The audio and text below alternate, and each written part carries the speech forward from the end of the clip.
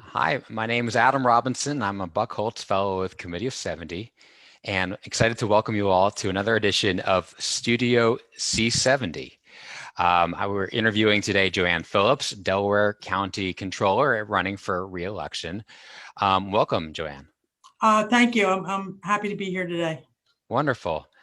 Joanne, so you were telling me that you live in a very lovely spot in Delaware County. Tell us again where that is. Sure. I live in Middletown Township, which is right outside of Media. I'm at the end of the Media Elwyn R3 train line. I'm fortunate to live in a really old 1730 farmhouse. We've been here 33 years, and it's a great place. Middletown's got a lot of trails and open space, and I'm really fortunate to be here. So that's where I am. It's exciting. So what were you doing before you ran for office in Delaware County? Before I ran for office, I was a partner at the law firm of Ballard Spahr, where I have been a lawyer pretty much most all my life. As a lawyer, I was actually a summer associate there, and back in the mid 80s, and had my whole career as a lawyer there. So I was a partner at Ballard Spahr, and I'd been back to the firm since 2010. And before that, I had spent some time working for the Commonwealth of Pennsylvania. So I was at Ballard, I made partner, I left to work for the Commonwealth, and then I was able to come back to Ballard. That's great. So what inspired you to run for the position of controller?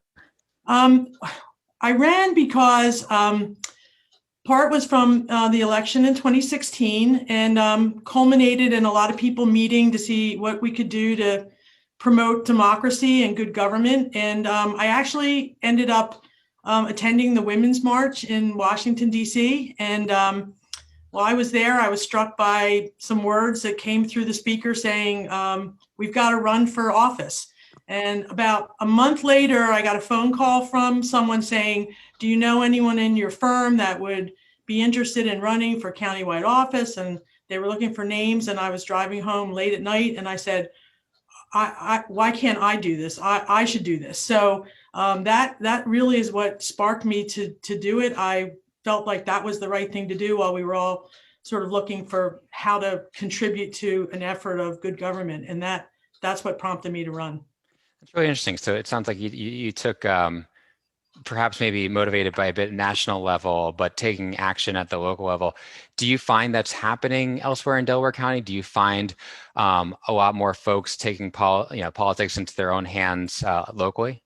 I do, because I think a lot of people came to the realization that I had, which was that government and our institutions weren't going to be promoted or protected from afar, from Washington, D.C., but that in fact, we needed to be active at the ground level and build government up. And I've been amazed at the grassroots enthusiasm by people from every party as to what they want to see in their government. So it was really inspiring when we ran in 2017. And it's been that way really since. I see people really involved in their local politics, school boards, their local township commissioner meetings, and even at the county. We've had, before the pandemic, and now we've been on Zoom, but I attend all the council meetings, and we've always had a lot of people that are really interested in monitoring and participating in the government. That's great. We all know about the partisanship at the national level. What does that translate to at the local and county level? Do you feel like when it comes to local issues, people are able to work in a more bipartisan way? I think that they are. They all want to get along and just do what's best for the people in the county. So I think some of the national conversations don't translate down into the grassroots, except for creating enthusiasm for being involved. I think that's where we sort of bridge the gap between sort of the polarization of the parties. I mean, there are, social media does allow people to make their views known, and sometimes that can be somewhat disturbing or troubling and very partisan. But all in all, I think the county saw a big transition from the election in 2017, and then the election in 2020, where there was a change of party control at the county, which was really monumental, really a big shift. But the people that want to work for government are, really for the most part are dedicated public servants. And that's been a common theme for everybody. It's great to hear. So tell me about the role of the controller in Delaware County and why you chose to run for that office. Sure. I chose to run for that. I was really kind of recruited for that as well. And the office it's an operating department, and it's got a lot of work to do. We do the payroll, we do all the accounts payable, we do the retirement fund, we do the auditing, and we also do the accounting and do the county financials. So there's a busy department, and we deal with every department.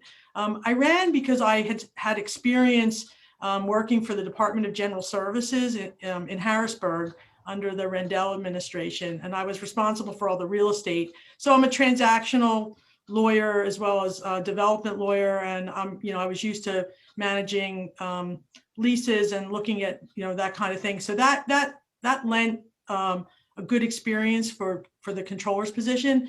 And I think typically a lot of people are accountants that are controllers, but not all of them. In fact, I think the trend is that people come from other backgrounds. My legal background has been a totally terrific fit for this job. I have brought on strong accountants and professionals, but I review contracts, and I see things a little bit differently being a lawyer. So I found it's been a great fit. So that's really why I pursued that position. So, you do a lot of detailed work, a lot of legal work, a lot of financial work. If I am, which is very different than, say, a member of the Board of Commissioners. But if I am, a voter, a citizen in Delaware County, what does your office mean to me? How would I interact with your office? Why would I, or if not, still, even if I'm not seeing it, how does your office's work, affect my role as a voter, a taxpayer, a citizen in Delaware County? That's a great question, and one that's really important. The controller is really an independent office. I don't work for county council. I don't work for the executive director, which is like our, not a mayor, but he runs all the executive agencies. I don't work for anyone but the taxpayers. I am independent. That's built into the law, and I take that really seriously. So I am basically a watchdog on behalf of the residents of the county. I watch over the funds that go out of the county. I have an opportunity to voice my input on policies or spending, and sometimes just good government policies. So my office is there for the taxpayer. I'm also there for the employees that have paychecks. I'm also there for the retirement people and people that collect a pension check. I'm on the retirement board, so we watch over the pension. So we serve the public daily, and but they could be employees, retirees, or people that just have a question about. I get a lot of questions just about their taxes and trying to get them to the right people. I don't collect them. I don't collect the money, but I make sure it gets spent appropriately and properly. So, but everyone in my office knows we report to the residents. That's who my boss is. Sure. So what are some of the biggest challenges you faced in your term? What I faced when I first got there was that people were very uncertain about a change with a new party coming in, and there was a lot of fear. I think I allayed all those fears and just said we're here to get the job done. And I've been in government before, and I know most of the people in government are just trying to do their job and do it well. We are somewhat shorthanded compared to other counties. We were light in professional staff. Those were challenges, but I worked through that with the former council. We have to work administratively with the county council, and it wasn't always easy, but we always were able to work through that. So those were really the main challenges. And then understanding just a complicated big business of Delaware County. Not everything was very apparent. There weren't a lot of public documents. So, right away, we were able to sort of go after the low-hanging fruit, which was to be transparent, get documents that were available to the public without making a right-to-know request, like the county financials, audits, all that went up on the website. So those were the kind of things. It was just really learning a new job, getting people comfortable with the mission. And some people did leave and new people came on. But all in all, I think everyone's bought into our mission to do what we can for the people of the county. Yeah. To that end, what are some of your proudest accomplishments from these years? Well, one of the first things that we did after getting all the documents public for people was that I created a fraud hotline, which other counties had not so much necessarily to catch people that are, maybe wasting county assets or, more as a deterrent to let people know that there's someone watching. So we put into place in the first 6 months a fraud hotline where people could leave a message anonymously or send an email or leave their name or whatever. So that was done. Another thing that we did was, which I'm really proud of and which really helped the county, was I did an inventory of bank accounts that were being used throughout the state, really, with any banking institution doing business in Pennsylvania. I looked for any, I asked them to provide any accounts that had the name of Delaware County or our employer ID number. And we did find bank accounts that had not been on the books. They were related to the prison. And we were able to return $750,000 back to the general fund by just doing that kind of creative work. And then another thing that I'm proud of is that we created an unclaimed property program at the county level. You might have seen, periodically in the newspapers, a big list of names that the treasurer in Harrisburg has unclaimed property. Well, all the counties send money to the treasurer.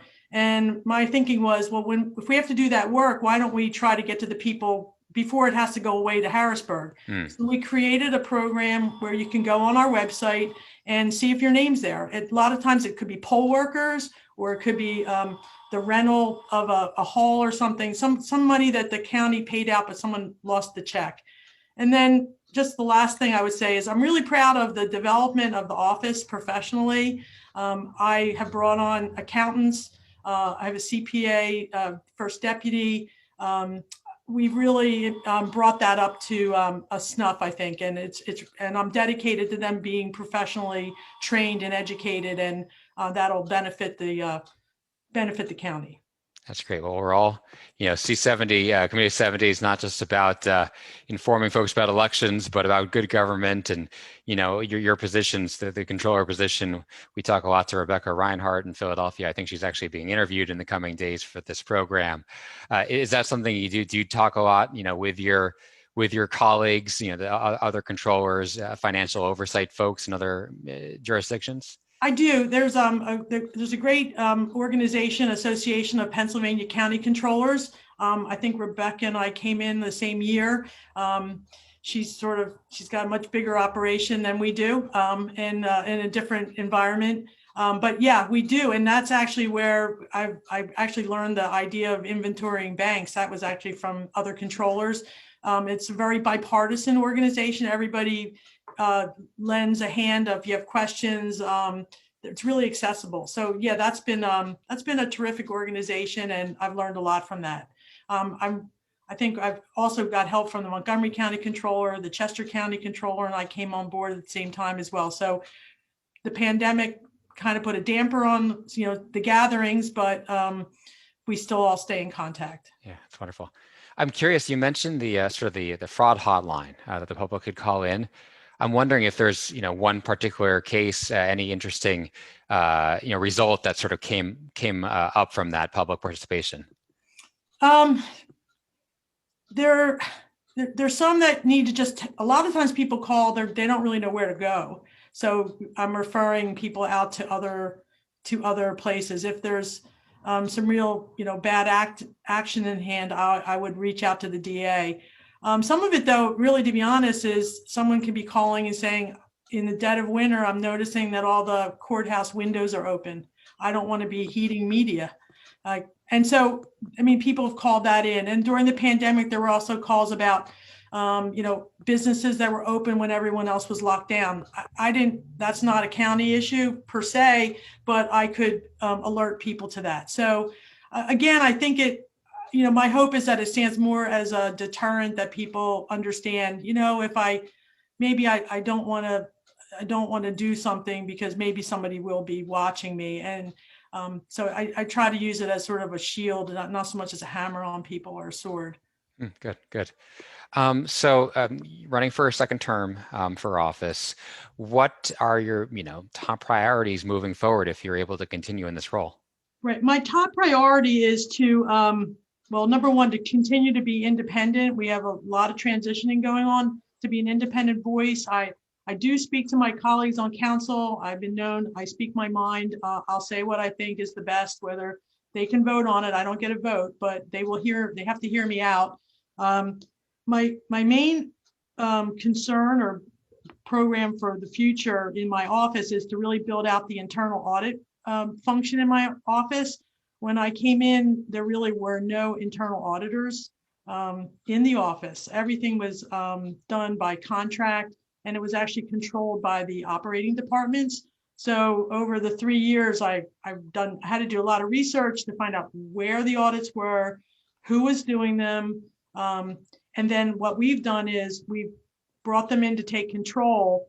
And while we still need to outsource that, we've run RFPs, which are, requests for proposals, and we've spread that work out to, I think, businesses and firms that never did work in Delaware County. And as a result of that, we really saved money.